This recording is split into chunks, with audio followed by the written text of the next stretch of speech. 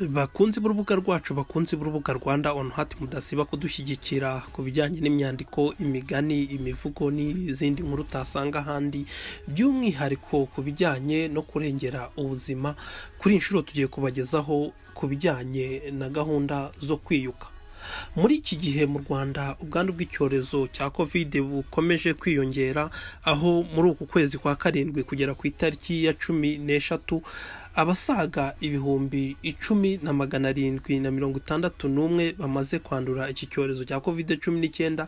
Hirya no hino mu mujyi wa Kigali urahura n'abaturage bari kujya gushaka inturusu zo mu bwoko bwa Mayideni cyangwa se ruvuvu, hari n'abayita makurata. Ni inturusu z'umweru bakunze kwifashisha muri gahunda zo kwiyuka, bakavangamo tangawizi, indimu n'ibindi birungo byose kugira ngo bashobore kwiyuka mu rwego rwo kurwanya iki cyorezo cya COVID-19 kugira ngo kitabarembya. Ese izi nturusu za Mayideni cyangwa ruvuvu zimaze iki? Twabegeranije ibisobanuro byinshi n'akamaro k'iyi nturusu abenshi bari gushaka, ku buryo hatarebye neza cyangwa se hatabayeho kuba maso izi nturusu zageraho zigacika, kuko zatangiye kuba imari ishyushye mu mujyi wa Kigali, aho abantu benshi bari no kujya kuzishaka mu ntara bakaza kuzicuruza. Ndagira ngo wumve akamaro k'iyi nturusu ya Mayideni cyangwa ruvuvu, hari n'abayita makurata. Inturusu za Mayideni ni igiti cyifitemo imiti y'indwara zitandukanye. Inturusu ni igiti gikunze kuba kinini, kikaba gifite inkomoko mu gihugu cya Australia. Amababi yacyo akungahaye cyane ku mavuta yifashishwa kenshi mu buryo butandukanye mu kuvura indwara nyinshi zirimo izandura ndetse n'iz'ubuhumekero. Ariko si izi gusa, tugiye kureba impamvu nyinshi zatuma dukoresha inturusu ya Mayideni. Inturusu ifasha mu kugabanya no kwica udukoko tumwe two mu bwoko bwa bagiteri ndetse na virusi zishobora kwibasira ibihaha. Igira uruhare rukomeye kandi mu kuvura inkorora, bronchite, indwara zifata mu muhogo, ibicurane ndetse n'izindi nyinshi. Inturusu kandi ishobora gukoreshwa mu buryo bw'ifu cyangwa se nk'umuti unyobwa, siro. Mu gihe ubabara mu gatuza, inturusu ishobora kwifashishwa nk'umuti bisiga cyangwa pomade. Igihe wafunganye mu mazuru cyangwa se urwaye ibicurane, inturusu yifashishwa mu kugira ngo amazuru afunguke, nk'uko tubikesha urubuga isante.fr. Uburyo butanu ushobora kurwanya sinizite no gufungana mu mazuru udakoresheje za antibiyotike n'indi miti ikomeye. Kwivura sinizite udakoresheje imiti ikomeye nka za antibiyotike. Abantu benshi bakunda kugira ikibazo cya sinizite no gufungana bakunze guhita bitabaza uburyo bw'imiti imwe n'imwe ikomeye nka za antibiyotike n'indi ikoreshwa. Nyamara hari uburyo wakifashisha ubwawe utagombye kujya kwa muganga. Twaguteguriye uburyo butanu wakoresha ukirinda gufungana, ukanarwanya ibimenyetso bya sinizite bitandukanye. Nk'uko twabibakusanyirije mu binyamakuru bitandukanye ndetse no ku mbuga z'ubuzima, dore ibyo twabahitiyemo byagufasha kwirinda ibyo bibazo byo gufungana. Kwiyitaho cyane kenshi gashoboka. Uburyo bwa mbere bwo kwiyitaho bihagije ni ukwirinda ubukonje, kuko ubukonje butera ururenda rwo mu dufuka twa sinusi kwiyongera. Uburyo bwitabazwa mu kugabanya ubukonje harimo kongerera ingufu abasirikare b'umubiri wawe. Hari uburyo butandukanye bwo kongera ingufu z'ubudahangarwa bwawe mu mibereho ya buri munsi, birimo kurya indyo yuzuye, kuryama bihagije, kunywa amazi menshi ku munsi, kurwanya stress no gukora siporo cyangwa se imyitozo ngororamubiri. Ni uburyo bwiza cyane mu guhashya sinizite. Icya kabiri, kugira isuku y'amazuru ihagije. Amazi arimo umunyu cyangwa solution saline, izi zigurishirizwa muri farumasi zitandukanye, yagenewe koza neza mu mazuru, akavanamo imyanda n'izindi mikorobe zishobora gufata ku bwoya bwo mu mazuru no kudufuka twa sinusi, bityo bikakurinda gufungana. Koza mu mazuru Solution saline ushobora kuyibona muri farumasi zitandukanye zagenewe kubuza mikorobe gukura mu mazuru. Niba iyi solution utayibona byoroshye, ushobora gufata amazi meza cyane ukavanga n'akayiko gato k'umunyu, hanyuma ugakoresha igitori. Iyi ni serenge ariko itariho urushinge. Ugahengeka umutwe ubundi ukohereza mu zuru rimwe bigasohokera mu rindi. Ushobora kubikoresha inshuro nyinshi igihe urwaye, waba utarwaye ukabikoresha kabiri ku munsi. Kwivura sinizite. Aya mazi arimo umunyu uyacisha mu zuru rimwe agasohokera mu rindi. Afasha mu gusukura udufuka twa sinusi. Ikindi ni ukwiyuka. Kwiyuka ni uburyo bukoreshwa mu gukiza gufungana cyane buzwi nka steam. Umwuka ushyushye woroshya mu mazuru. Ushobora kwiyuhyuhiriza amazi akabira cyane, ukaba wakongeramo ibibabi by'inturusu, eucalyptus cyangwa mentol. Iyi wayibona muri farumasi, ubundi ukitwikira byibuze iminota 5. Icyitonderwa, ayo mazi nubwo aba ashyushye agomba kwirinda ko yagutwika mu isura. Icyo kwiyuka bimara ni ukoroshya ururenda rwo mu mazuru no gusohora imyanda iba iri muri iyo myanya. Kwiyuka bikorwa hafatwa amazi ashyushye, ukaba wavanga n'ibibabi by'inturusu, hanyuma ukitwikira. Kwiyuka bikorwa hafatwa amazi ashyushye, ukaba wavanga n'ibibabi by'inturusu, hanyuma ukitwikira. Kunywa kenshi ibintu bishyushye no kurya ibirimo urusenda. Kunywa cyane cyane ibinyobwa bishyushye bifasha umubiri mu buryo bwose. Gusa mu byo unywa ugomba kwirinda ikawa n'inzoga kuko byongera umwuma mu mubiri. Ni iki cyakubwira niba unywa amazi menshi? Ibi uzabibwirwa n'ibara ry'inkari zawe. Niba ubona zidafite ibara cyangwa zisa nk'amazi, uzamenye ko unywa amazi akwiriye. Ibiryo birimo urusenda, masara, tangawizi, tungurusumu zifasha cyane cyane utu dufuka twa sinusi. Kubirya bishyushye birinda gufungana. Irinde allergie n'ibiyitera iwawe. Allergie zitera sinusi kubyimbagana no gututumba. Ukwiye kwirinda ibintu byose bitumuka ahantu umara igihe cyane, yaba aho utuye cyangwa ukorera. Bimwe mu byo twavuga harimo ivumbi, imyenda itumuka, tapi zimwe na zimwe, cyangwa inyamaswa nk'ipusi cyangwa imbwa zifite ubwoya. Nk'uko twabibonye rero ko inturusu yifashishwa mu kurwanya za virusi zitandukanye zibasira ibihaha, ishobora kandi kurwanya indwara zibasira inzira y'inkari, voie urinaire, ibijyanye n'urwungano ngogozi ndetse n'impyiko. Inturusu kandi yifashishwa mu kurwanya gututubikana nijoro, sueur nocturne, kurwanya indwara z'ibicurane. Yifashishwa kandi mu kurwanya ububabare n'umunaniro wa hato na hato. Yifashishwa kandi mu kurwanya udukoko cyangwa bakteri ku bisebe ndetse n'ubushye. Inturusu kandi yifashishwa mu rwego rwo kugabanya isukari mu maraso. Ubushakashatsi kandi bwagaragaje ko inturusu ishobora kwifashishwa mu gukora imiti yica udukoko, insecticide. Tumaze kubona akamaro gatandukanye k'inturusu kandi kikaba ari igiti kiboneka kenshi mu gihugu cyacu, inama ni ukukibyaza umusaruro ku buryo bushoboka kandi tukanacyitaho. Aya ni amakuru dukesha ikinyamakuru Kigali Today. Inturusu ni igiti kizwi cyane. Hari ababitera ku mihanda, hari n'abatera ishyamba ry'inturusu bagamije ahanini kuzabikoresha nk'imbaho, inkwi cyangwa kubicanamo amakara. Ariko se mwari muzi ko inturusu ubundi ari igiti cyifitemo imiti y'indwara zitandukanye? Amababi y'inturusu ya Mayideni yitwa Eucalyptus globulus ni ingenzi cyane mu buvuzi.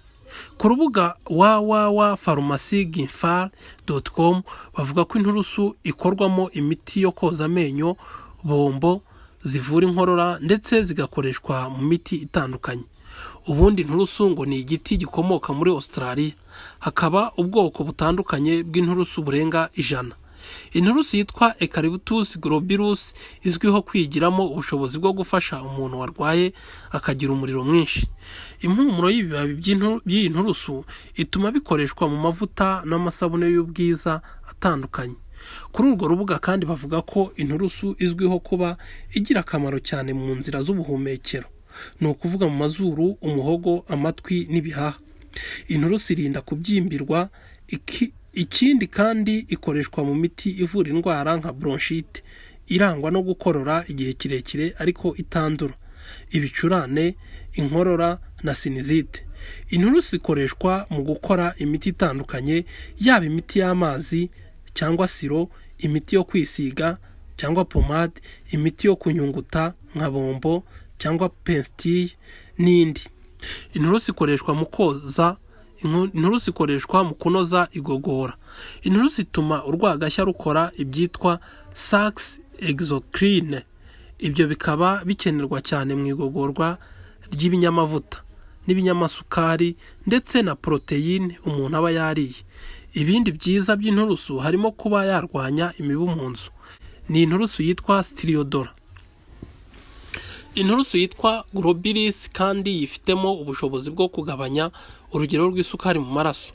Inturusu ikoreshwa mu buryo butandukanye, hari nko gufata ibibabi by'inturusu umuntu akabyanika bikuma neza, nyuma agafata garama 20 kugera kuri 30 z'ibyo bibabi, agateka litiro y'amazi, nyuma akabirambikamo bikamaramo nibura iminota 20, nyuma akanwa udutasi cyangwa udukombe 4 cyangwa 5 ku munsi mu gihe afite ikibazo kimwe mu byavuzwe haraguru. Inturusu kandi ishobora gukoreshwa mu gutunganya umwuka, aho bafata ibibabi by'inturusu bakabitwikira ahantu mu cyumba gifunze, nyuma bakagikingura. Ku rubuga www.doctissimo.fr bavuga ko inturusu cyane cyane iyitwa globilis ishobora kuvura indwara zo mu buhumekero zitandukanye, harimo nk'umusonga n'izindi. Ikindi kandi inturusu yafasha urwungano rw'inzira y'inkari gukora neza. Inturusu kandi ifasha abagore bageze mu kigero cyo guca imbyaro, menopause, kuko ifasha mu kugabanya ubushyuhe budasanzwe bukunda kubabangamira. Kuri urwo rubuga bavuga ko hari abatemerewe gukoresha inturusu mu rwego rwo kwirinda ibibazo yabatera, ni ukuvuga abagore batwite ndetse na bonsa. Ikindi kandi mbere yo gukoresha inturusu mu buryo bwo kwivura, umuntu yagombye kubanza kubiganira na muganga we. Mu minsi ishize mu kwezi kwa kabiri, ikigo cy'igihugu gishinzwe ubuzima RBC cyaburiye abakoresha indimu, tangawizi n'inturusu bivura COVID.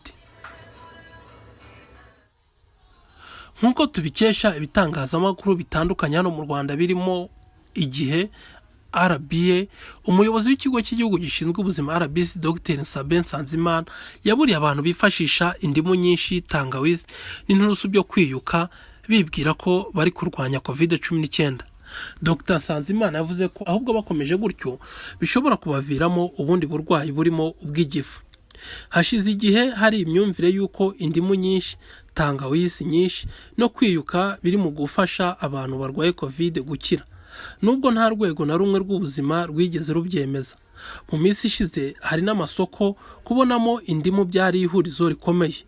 Kuri ubu ngubu igiti cy'inturusu kizwi ku izina rya Mayideni cyangwa ruvuvu cyangwa makurata nk'uko abenshi babyita, ubu ngubu cyo cyabaye ingume, aho abantu henshi hirya no hino bari kugikokora bakaza kugikoresha mu kwiyuka. Naho ibyo bimera byose bibonetse bikaba bikosha kubera ko bari kubicuranwa bazi ko bivura COVID. Umuyobozi wa RBC Dr. Nsanzimana Sabe yabwiye RBA ko kurya indimu nyinshi na tangawizi nyinshi ahubwo bishobora kugira izindi ngaruka mbi.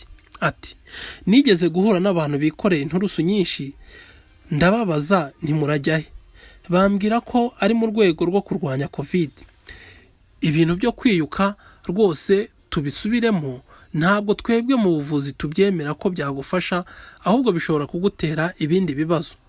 Abantu bakoraga ibintu byo kwiyuka babihagarike. Uko niko Dr. Sabe Nsanzimana umuyobozi wa RBC yabwiye RBA. Yongeyeho ko tangawizi yo ni nk'urusenda, birumvikana, uko urya nyinshi irakwangiza mu gifu. Ziriya ndimu nazo zibamo aside. Iri aside iyo igeze mu gifu ari nyinshi iracyangiza. Abantu benshi bagiye bakira COVID-19 nyuma akakubwira ati ariko igifu cyo cyanze gukira. Wakurikirana ugasanga ni ibyo byatsi bariye. Dr Sanzimana yavuze ko buri kiribwa cyose kigira intungamubiri na vitamine runaka, ariko iyo ufashe ibirenze iby'umubiri ukeneye bigira ingaruka aho kuba inyungu. Ati indimu zivamo vitamine C, ntabwo ukeneye ku munsi kunywa doze ya vitamine C irengeje iy'umubiri wawe ukenera ushyiramo nyinshi, ahubwo uri muritera ibindi bibazo. Rero gufata ibikombe 10 by'indimu na tangawizi ku munsi ni ukwiyahura. Yavuze ko nk'ibindi biribwa byose kuba wanywa indimu na tangawizi biringaniye ntacyo bitwaye, ariko ko kubinywa ku bwinshi ntacyo bihindura ku bukana bwa COVID-19. Ati kuba wafata icyayi harimo ka tangawizi gake n'indimu biragufasha byoroheje, ariko ntabwo byica virusi, ntibiyirukana mu mubiri, ahubwo biratuma umubiri wawe ushobora kwirwanaho, kuko hari ukuntu bifasha abasirikare b'umubiri, ariko ntabwo biraza gutwika virusi. Yaburiye n'abanyamadini basigaye bigisha bashishikariza abantu kwivurisha indimu na tangawizi aho kujya kwa muganga, avuga ko ibyo ari ukuyobya abantu. Kugeza ubu nta muti wizewe uzwiho kuvura COVID-19, icyakora hari itandukanye yifashishwa mu guhangana n'ibimenyetso byayo. Hari inkingo zitandukanye zimaze gukorwa, ariko nazo ntabwo zirinda abantu 100%, nubwo hari izagaragaje kurinda ku kigero cya 95%. Bakunzi b'urubuga rwacu, bakunzi b'urubuga Rwanda on Heart, rero murumva akamaro k'inturusu za Mayideni, tangawizi, indimu ndetse n'izindi mbuto zitandukanye. Iyo ugeze rero muri iyi Kigali urasanga inturusu ya Mayideni yarabaye imari ishyushye, kuko abenshi bamwe bari no kuzikura mu ntara bakaza kuzicuruza ku mafaranga hano mu mujyi wa Kigali. Inzego zitandukanye rero zidakanuye amaso cyangwa ngo zigenzure, izi nturusu za Mayideni zishobora gucika burundu, kuko abantu bari kuzikoresha mu kwiyuka, aho bazifata bakazivanga n'amazi bagashyiramo umwenya, sipure cyangwa imibunda, bakavanga n'umubirizi n'ibindi byatsi bitandukanye bakabitwika, nyuma bagafata ibitenge cyangwa kuvurori n'ibindi bishobora gutuma umwuka udahita, bakitwikira bakubika umutwe mu gikoresho cyangwa se nk'urugero ibase, kugira ngo umwuka udasohoka, bakaba bariyutse. Bakunzi b'urubuga rwacu, bakunzi b'urubuga Rwanda on Heart, n'ahandi wakura ibisobanuro nk'ibi atari kuri urubuga. Kanda subscribe, share, comment, like, ubundi wibonere amakuru atandukanye, yaba y'ubuzima, imigani, imyandiko, ibyivugo n'ibindi byinshi utasanga ahandi. Turabakunda. Buryo ubwenge burarahurwa. Kandi subscribe kuri channel yacu Rwanda on Heart, wisomere imyandiko yose yo mu bitabo byakunzwe, igitabo cyo mu mwaka wa 3 w'amashuri abanza, igitabo cyo mu mwaka wa 4, igitabo cyo mu mwaka wa 5 ndetse n'igitabo cyo mu mwaka wa 6. Ni ibitabo akenshi utasanga ahandi hose, ndetse ni n'imigani ndetse n'imyandiko inogeye amaso. Kangura ubwonko bw'umwana wisomera iyi myandiko yakanyujijeho, ndetse aho ireme ry'uburezi ryari rishingiye. Ni kuri channel Rwanda on Heart. Kanda subscribe, ukande like, ukande share,